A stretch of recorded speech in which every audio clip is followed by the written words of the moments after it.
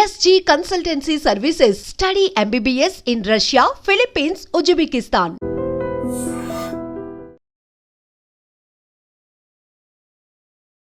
నమస్కారం, welcome to I dream. ధర్మ మార్గ విత్ విజిత కార్యక్రమానికి స్వాగతం.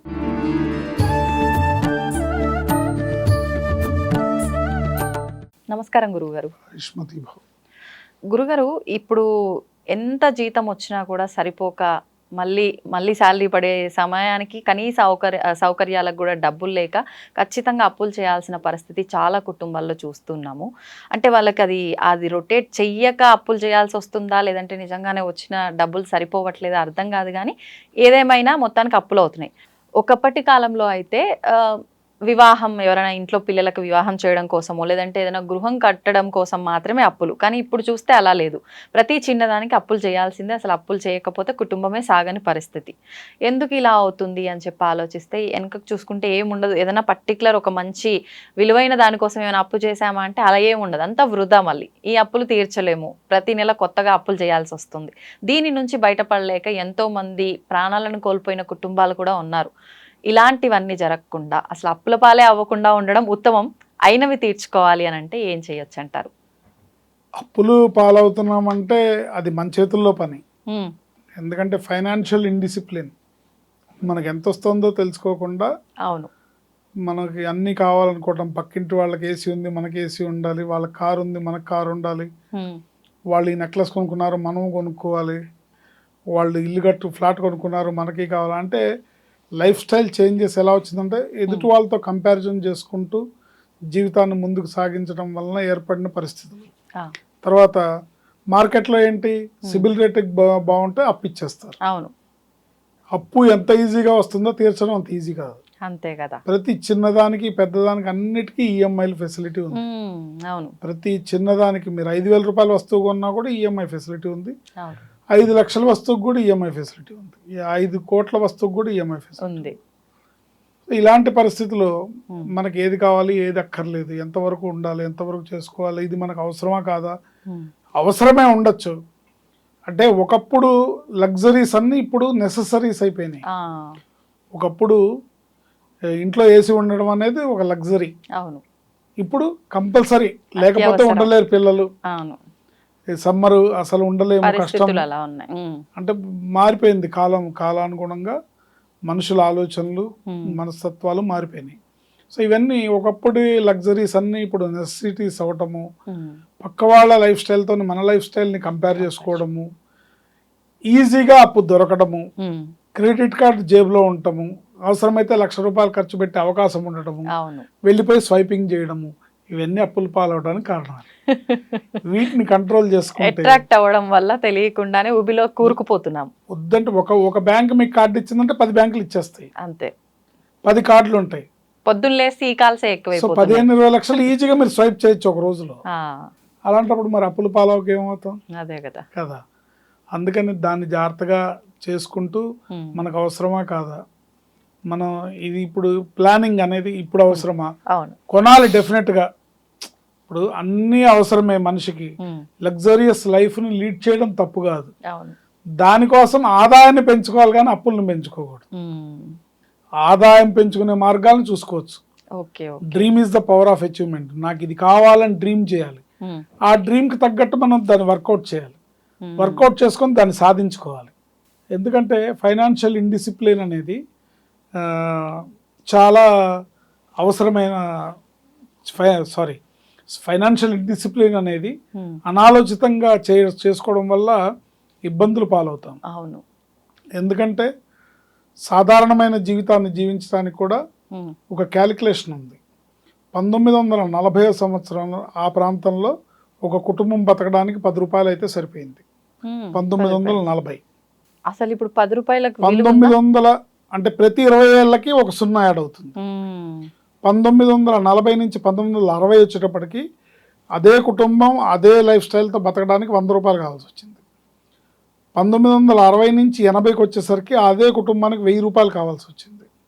80 నుంచి 2000కి వచ్చేసరికి అదే కుటుంబానికి ₹10,000 కావాల్సి వచ్చింది. 2000 నుంచి 2020కి వచ్చేసరికి మినిమం బేసిక్ నీడ్స్ ఒక కుటుంబం కొద్దిగా గొప్ప నామమాత్రంగా బతకడానికి ₹1,00,000 కావాల్సి వచ్చింది. ఇక్కడ చాలా మార్పు వచ్చింది. 2020 అంటే ఒక్కొక్కటి జీరో యాడ్ అవుతుంది, ప్రతి 20 ఏళ్ళకు ఒక జీరో యాడ్ అవుతుంది. అవును. ఇప్పుడు 2020 దాటింది, 25లో ఉన్నాం మనం. నెక్స్ట్ 2040 వచ్చేటప్పటికి ఒక కుటుంబానికి అంటే minimum middle class life lead చేయడానికి 10 లక్షలు కావాలి. ఈ 10 లక్షలకి ఆదాయ వనరులు మన దగ్గర ఉన్నాయా? ఈ 10 లక్షలకి మనం రీచ్ అవ్వగలుగుతామా లేదా?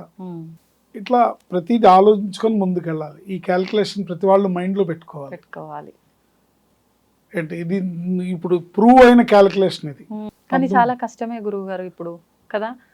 ఇప్పుడు కొంచెం ఏదన్నా తెలివి ఉండాలి, ఏదైనా చేసి డబ్బు సంపాదించాలి, అది కూడా మంచిగా ధర్మంగా సంపాదించాలంటే, లేదు అయితే చదువు ఉండి దానికి తగ్గ జాబ్ అన్నా ఉండాలి. వీళ్ళిద్దరికి సోర్స్ ఉంటుంది, మిగతా వాళ్ళకి చాలా కాలాంతరంలో వచ్చే మార్పులు. ఇప్పుడు ఒకప్పుడు సాఫ్ట్వేర్ భూమ్ వచ్చింది, సాఫ్ట్వేర్ ఎంప్లాయీస్కి లక్షల్లో కోట్లలో జీతాలు వచ్చినాయి. ఇప్పుడు ఒక 3-4 ఇయర్స్ తర్వాత సాఫ్ట్వేర్ ఫుల్గా డౌన్ అయిపోతుంది, మొత్తం ఏఐ ఉంటుంది. అవును ఏంటి సో ఏఐ టెక్నాలజీకి ఆ ఏఐ టెక్నాలజీ అనేది చాలా ప్రొఫెషన్స్ని క్యాప్చర్ చేసేస్తుంది. ఇంట్లో వంటోడు కూడా ఏఐ ఉంటుంది, పని మనిషి కూడా ఏఐ, రోబోస్, ఏఐతో పనిచేసే రోబోస్ వస్తాయి. ఏం చేయడానికైనా అన్ని వచ్చేస్తాయి. అప్పుడు మనుషుల్ని హైర్ చేసుకునే పరిస్థితి ఉండదు. మనుషులు ఉంటారు, కల్కి సినిమాలో చూపించినట్టు బ్రెడ్ ముక్క కోసం కొట్టుకోవాలి. అందుకని జాగ్రత్తగా ప్లాన్ చేసుకొని ఫైనాన్షియల్ డీల్ చేయడం అనేది చాలా ఇంపార్టెంట్. కాబట్టి దాన్ని జాగ్రత్త చేసుకుంటూ ఉండాలి. తెలియకుండానే నా ప్రమేయం లేకుండానే పెరిగిపోతున్న అప్పులు నేను అవాయిడ్ చేయలేకపోతున్నాను, అన్అవాయిడబుల్ సర్కమ్స్టాన్సెస్ నన్ను చుట్టుముడుతున్నాయి, ఈ అప్పుల ఊబిలోంచి నేను బయటపడాలి అని కొంతమంది, లేదా ఆల్రెడీ తెలియక చేసిన తప్పుల వల్ల అప్పులు అయిపోయినాయి, ఇక నుంచి నేను జాగ్రత్తగా ఉంటాను కానీ ఈ అప్పులు తొందరగా తీరాలి అనే వాళ్ళు మటుకు తీసుకోవాల్సిన జాగ్రత్తలు ఏంటంటే, మంగళవారం నాడు ఎట్టి పరిస్థితుల్లో అప్పు చేయకూడదు. అది క్రెడిట్ కార్డ్ అయినా ఏదైనా సరే, ప్రాణం పోతున్నా సరే మంగళవారం నాడు అప్పు చేయకూడదు. ఎందుకని గురుగారు? మంగళవారం నాడు చేసిన అప్పు మంగళవారం మారు కోరుతుంది అంటారు. సో మంగళవారం అప్పు చేస్తే మళ్ళీ అది మళ్ళీ చేస్తూనే ఉంటారు అప్పులు. మంగళవారం నాడు అప్పు తీర్చచ్చు, మీరు ఎవరికైనా ఇచ్చేది ఉంటే ఇవ్వచ్చు. నెక్స్ట్ మంగళవారం నాడు అప్పు తీసుకోకూడదు, మీరు ఎవరికన్నా ఇవ్వకూడదు. మీరు ఎవరికన్నా మంగళవారం నాడు ఇస్తే ఆ డబ్బులు రావు, ఇంకా రావు అనుకోని బదులు ఇవ్వటం, అప్పుగా ఇవ్వటం అలాంటివి కూడా చేయకూడదు. ఇస్తే రావు, లేదా మళ్ళీ మీరు ఇస్తూనే ఉంటారు తప్ప తిరిగి రావు. మంగళవారం నాడు అప్పు చేయకూడదు, అప్పు తీసుకోకూడదు. అప్పు తీర్చచ్చు, తీరిస్తే కుజుడు సంతోషపడతాడు, గ్రహశాంతి లభిస్తుంది, దానివల్ల అప్పులు తొందరగా క్లియర్ అవుతాయి. ఓకే, అట్లాగే తీర్చాల్సినవన్నీ కూడా మనం నోట్ చేసుకొని ఆ అప్పు తీర్చాలనే ఏవైతే ఉంటాయో అవన్నీ కూడా మంగళవారం నాడు గుర్తుపెట్టుకొని పేమెంట్స్ అన్ని మనం మంగళవారం నాడు చేయాలి. అవును, తీర్చాల్సిన ప్లానింగ్ ఉండాలి, ప్లానింగ్ ప్రకారం మంగళవారం నాడు చేయాలి. దీనికి ఒక అద్భుతమైన మంత్రం ఉంది. ఈ మంత్రాన్ని ప్రతిరోజు ఉదయం సూర్యోదయానికి ముందే గణపతికి పూజ చేసి శ్రీ గణేశ రుణం చింది, శ్రీ గణేశ రుణం చింది అనే ఈ మంత్రాన్ని మీ శక్తి కొలది ఎన్నిసార్లు అంటే అంత మంచిది. చింది అంటే తీరిపోవాలి, చింది అంటే చిన్నాభిన్నం అయిపోవాలి, చింది అప్పులన్నీ పోవాలి. శ్రీ గణేశ రుణం చింది.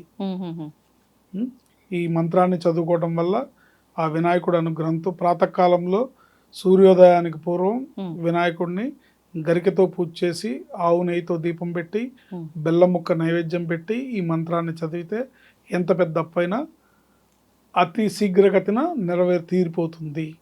అప్పులు పాలు అయిన వాళ్ళందరూ బయటపడి అప్పుల్లోంచి బయటపడి ఐశ్వర్యవంతులు అవుతారని మనం చెప్పచ్చు. ధన్యవాదాలు గురుగారు. ఆయుష్మతి బాబు. తవ్వుతూనే శివలింగం సరే దాన్ని అట్లా కప్పేసేయండి, చూపించదండి. మూర్తి పూజ కాదు, సాక్షాత్ బ్రజేంద్ర నందన భగవాన్ ఉన్నారు మూర్తులు. ఏమీ ఆశించకుండా ఆరాధించే వాళ్ళు కూడా ఉన్నారా ప్రభుజీ? నిజమైన భక్తి అంటే మనకు తెలియదు కాబట్టి